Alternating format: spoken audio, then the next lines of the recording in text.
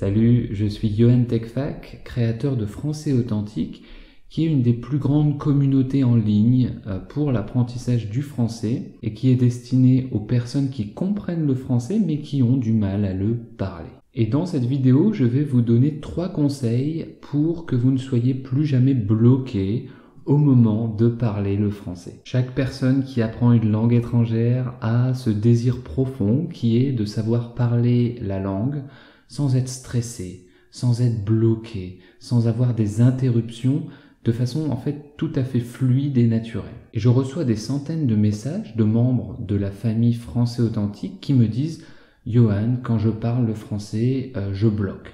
Il me manque un mot, ça me bloque complètement, ça me stresse. » Et je m'arrête de parler. Et je comprends vraiment ce problème, je veux dire, j'ai appris l'anglais, j'ai appris l'allemand, je suis en train d'apprendre l'italien, et je sais exactement ce que vous ressentez, donc vous êtes tout à fait normal, et ce problème, il est courant, mais pas insurmontable. Le problème, c'est que quand ça nous arrive, on pense qu'il nous manque du vocabulaire, qu'on n'est pas doué, qu'on n'a pas assez travaillé, et ça vient de ce que l'école ou le système éducatif nous dit, il va nous dire apprends plus de listes de vocabulaire.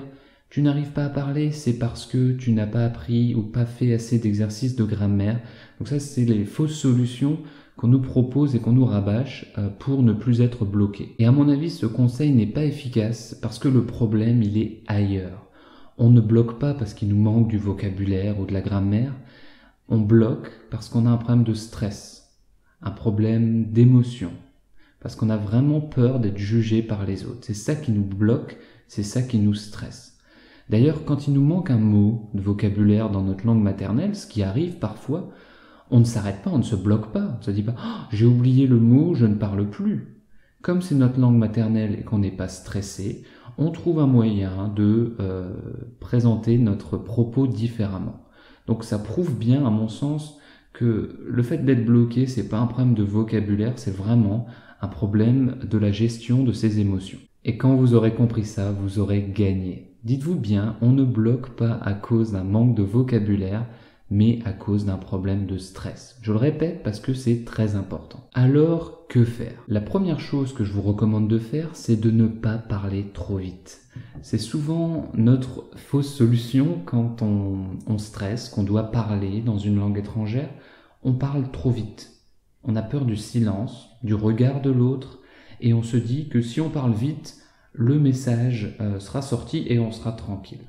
Or, le fait de parler trop vite, eh bien, ça ne donne pas le temps à notre cerveau de se concentrer sur ce qu'on sait déjà. Le deuxième conseil, c'est de bien respirer, de bien vraiment prendre le temps de respirer quand vous parlez en français.